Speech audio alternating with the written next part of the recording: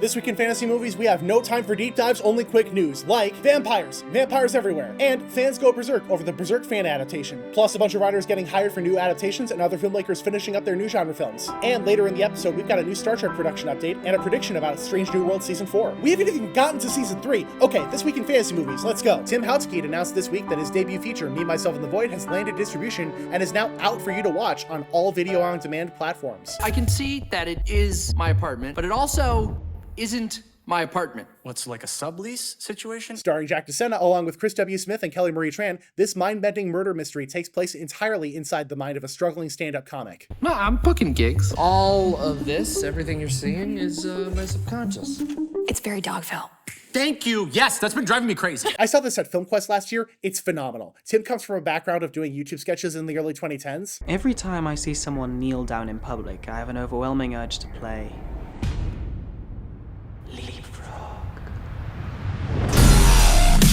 If you've ever seen Tim's YouTube shorts and you've seen Everything Everywhere All at Once, you know exactly what you're in for. A tour de force of bonkers acting, frenetic madcap editing, and a deep emotional roller coaster that will leave you weeping on the floor and loving every bit of it. So after you check out the trailers and finish this episode, go find Me, Myself, and the Void on Apple TV, Amazon Prime, Google Play, or right here on YouTube.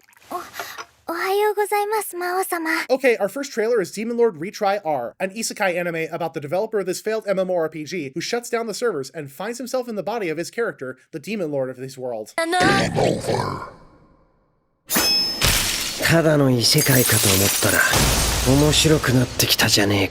already adapted the light novel once, but now they're doing it a second time by adapting the manga adaptation.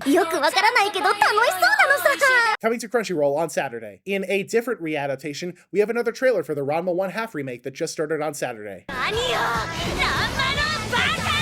And in a different kind of throwback, Angel Studios dropped a trailer for Gabriel and the Guardians coming next year. For 1,000 years, the star has been the only light above the wild and waste of Ara.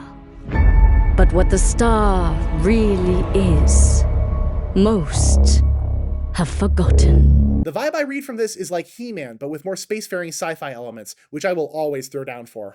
20 years ago, my sister and 3 other students were murdered. Then in a different kind of throwback, we have a murder mystery family drama. What's the date? April 16th. What year? Honey, it's 2003. Surprise! It's also a time travel movie. Now, I have a chance to stop the murders. You know, you could create a ripple effect that could be devastating. Packed with early 2000s throwbacks, bang-up slasher destruction, and fun with time travel. Look. What is this? It's my phone. You call people on this? I don't really call people, but It's supposed to be like $1 million. I'm looking forward to this one coming to Netflix October 30th. You die so he doesn't have to. Maybe it's time to turn the tables. The temporal shenanigans don't stop there. From Vertigo releasing, Time Stalker is a hilarious and twisty drama following a couple whose reincarnations span centuries. It's like we're meant to be together. You're the love of my lives. But we keep getting separated. Now let's firmly plant our feet back a few centuries with Uprising.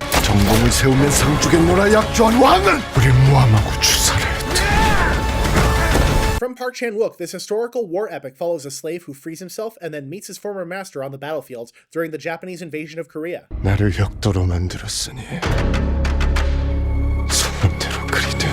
Coming to Netflix on Friday. We're going to stay in the post-medieval realm with Stockholm Bloodbath, a revenge thriller recounting the events of the actual massacre that took place in Sweden in 1520. We need to stick to the plan.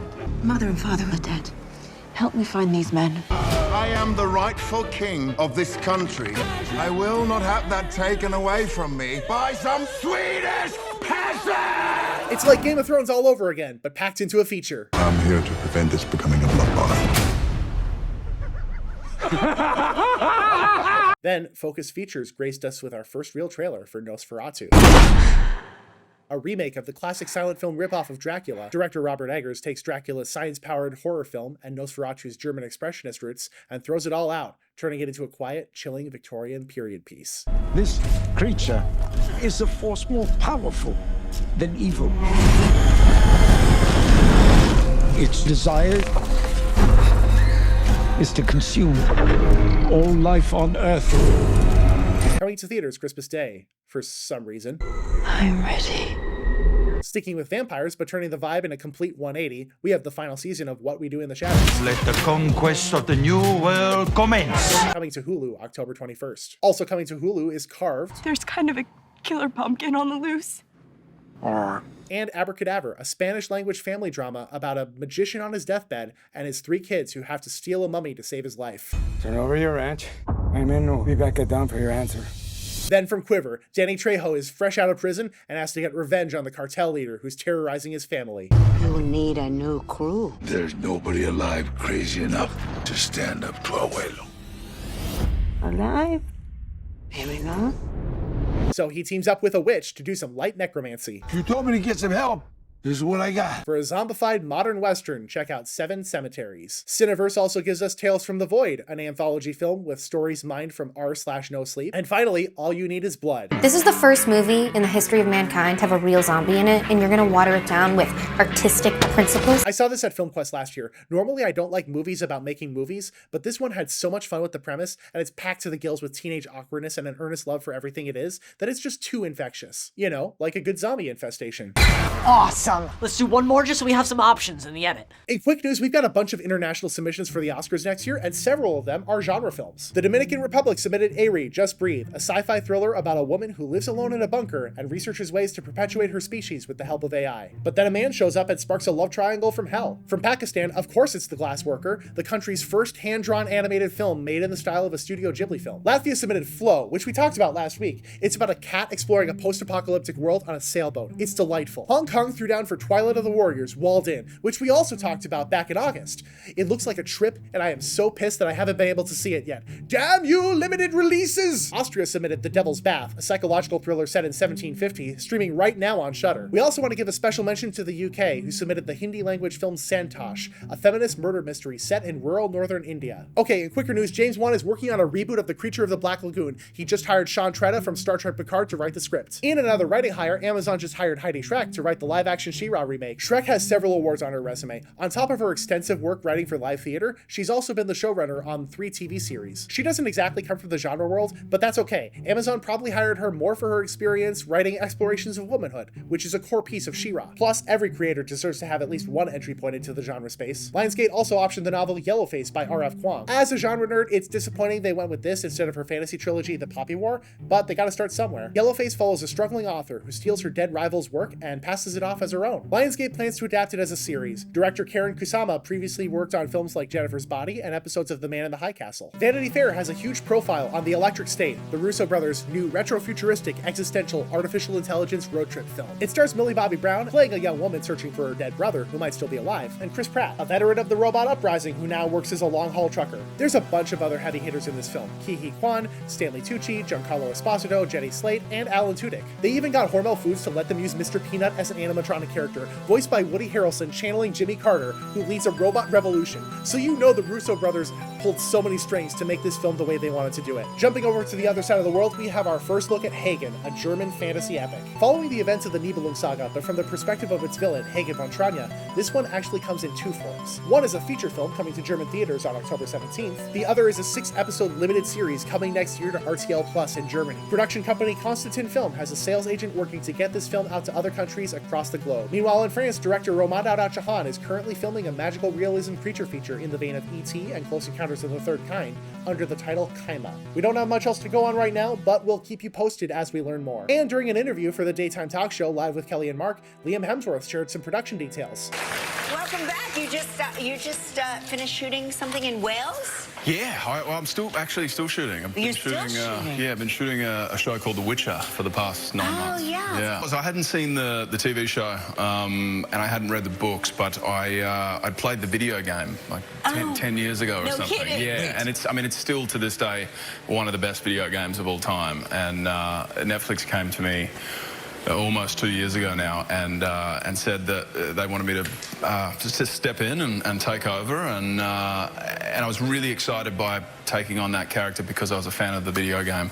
But I said, let me watch the TV show and have a look at the books, and yeah. So when you wrap, will you go back to Australia? Yeah, I've got about 3 more weeks after this week of shooting. So we've been shooting now about 8 months, and 3 more weeks, and then we break for about 4 months, and then come back next year and do another 8 months. Yeah. It's not particularly in-depth stuff, but from this we can extrapolate that Season 5 is currently scheduled to wrap filming in October of next year. Star Trek Strange New Worlds is going to begin filming Season 4 earlier than we previously thought. All we knew before this was that Anson Mount, who plays Captain Pike, would go to Toronto to film the show in the spring. But now in an interview with The Hollywood Reporter, Paul Wesley dropped that he's going to play James T. Kirk in February of next year. TV sets historically schedule themselves differently than films, where they'd film one episode at a time over like a week per episode, but that's changed in the last decade as TV seasons become more film-like and do just one big chunk over several months. On a film, actors typically get scheduled in chunks, where they do as many of their scenes in one go as possible.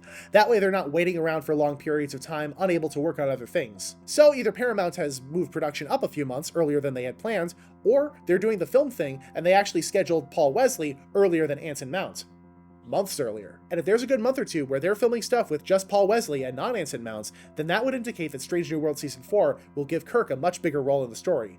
One where Pike is less present for it. Again, it's hard to know any of this for sure. I'm just a nerd who understands film production. But you know what? I'm going to stake my claim on this one. If Strange New World Season 4 gives Kirk a major arc of his own, where he does a bunch of stuff away from Pike, that means I called it and you got to sign up for our Patreon. Or we could just cut out the middleman and you can sign up now. Get our episode scripts before we even film these. Chat with the team. Fun stuff like that. Oh, and Guillermo del Toro announced on Twitter that he's finished filming his Frankenstein adaptation. He's been trying to do this one for his whole career, and I, for one, can't wait. David F. Sandberg announced on Instagram that his adaptation of the horror video game Until Dawn just wrapped production in Budapest. In a last-minute addition, Aniplex confirms that the Elusive Samurai will get a second season. Okay, this one needs some context. See, earlier this year, fans of the manga Berserk, which famously has 2 anime adaptations that fans either mildly dislike or outright despise, got a glimpse at an adaptation by a group known as Studio Eclipse. Now, Studio Eclipse isn't your typical anime production house. They are, and this is their own public branding, an online fan animation group. But that didn't stop them from making a banger adaptation of Berserk's Black Swordsman arc, and it swept fans up in a frenzy. However, back in September, while I was in exile, the people who actually own the rights to Berserk called out Studio Eclipse and said it's an unauthorized adaptation. Not long after, all the Black Swordsman episodes disappeared from YouTube, and all we got was radio silence. People assumed the rights holders sent a cease and desist to Eclipse, and that was that. Another fan adaptation shut down by mean corporations who hate fun. But now, in an update on Twitter, Studio Eclipse announced it in fact never got a cease and desist letter, and instead chose to take the adaptation down of its own free will. In a statement to fans, they explained they wanted to work with the copyright holders to make this an official adaptation, so as a gesture of goodwill, they took down their own uploads and paused their Patreon. I do hope Studio Eclipse can land a licensing deal, but if they ever intended to make this an official Berserk adaptation, then going ahead without the rights was a boneheaded move that could end up costing them any relationship going forward. What they need is a really good Japanese entertainment lawyer. Time will tell, but I don't think it's likely we'll see anything more from this project. If we do, we'll let you know. Finally, SNL dropped this sketch they cut for time called Blonde Dragon People, with a bunch of fun jabs at House of the Dragon and the streaming wars. Dorgos, I see you learned nothing from the battle at Agramos. Well, that's curious, coming from you, Dormos. I've just come from Erithos, where Dargamos is assembling the armies of Westphalia and Southwesternos. Your reign will soon come to an end, I swear it by Dorgon. Unless Dormos has something no one else has. Me. Dorman. Remember, kids, when building your worlds, give distinct names to your lands and characters. Are you gonna do the numbers? Oh shit, we forgot the numbers! Joker Folie à Deux had a modest showing at the box office, landing at number 1 despite its lackluster reviews. The Wild Robot came in way behind at number 2. Some people were hoping it would have some staying power and become a sleeper hit, the same as Puss in Boots: The Last Wish, but I guess we won't see that for DreamWorks' final in-house production. Also, Beetlejuice is now Tim Burton's second highest grossing movie after Batman from 1989. And Variety reports that the Demi Moore body horror movie The Substance has become Mubi's biggest box office success to date, earning a worldwide gross of $15 million. Mubi isn't a sponsor of This Week in Fantasy Movies, but they could be. Then in streaming news, Amazon dropped new Rings of Power viewership numbers ahead of Thursday's Season 2 finale. Jennifer Salke, head of Amazon MGM Studios, said that Season 1 had 150 million global viewers and that Season 2 got 55 million viewers so far. I'm not even going to wade into whether those numbers are impressive or not. Check out last week's episode for why all of this is a minefield, but it sounds like Amazon is just compensating for the discourse. But The Hollywood Reporter added that Season 3 is on the verge of renewal, which is a weird thing to point out considering Amazon is contractually obligated to complete 5 seasons at $1 billion apiece. Of course Amazon is going to renew it, so what if it's taking them longer to announce than it took them to announce Season 2? Whatever, content is content, I guess. The Rings of Power did get a bump back into the top 10 for its final week. Looking at the rest of the series charts, From drops down to number 2, Agatha All Along drops to number 5, and, okay, this one is a shocker, Uzumaki catapulted itself onto the top 10. ahead of The Rings of Power. Back to movies, the original Beetlejuice made it to number 5, and Apartment 7A jumped in at number 9. I guess the trailer we analyzed really was just a problem of the trailer house not understanding the movie. Coming up this week, it's a bunch more new anime. On Sunday, we just had a premiere of Woe is the Weakling Who Leads the Strongest Party. Monday, we'll get Higakura, an adventure story where a young man tries to capture 4 gods so they can go back to supporting the world, and so he can bring back his dad and return to his peaceful life. Tuesday sees the Blu-ray release of Arcane Season 1 through G-Kids. On Wednesday, we get the Do-Over Damsel Conquers the Demon Lord. Thursday, we finally get Nina the Starry Bride. Netflix drops Uprising on Friday, and we get a premiere for The Stories of Girls Who Couldn't Be Magicians. Then on Saturday, it's Demon Lord Retry. Alright, that'll do it for this week in fantasy movies. Please forgive the lack of deep dives. It's been a busy week hitting up the Catalyst Content Festival. But that's over now, and we can refocus on what really matters, bringing you cool genre shit. We'll have more in fantasy movies next week.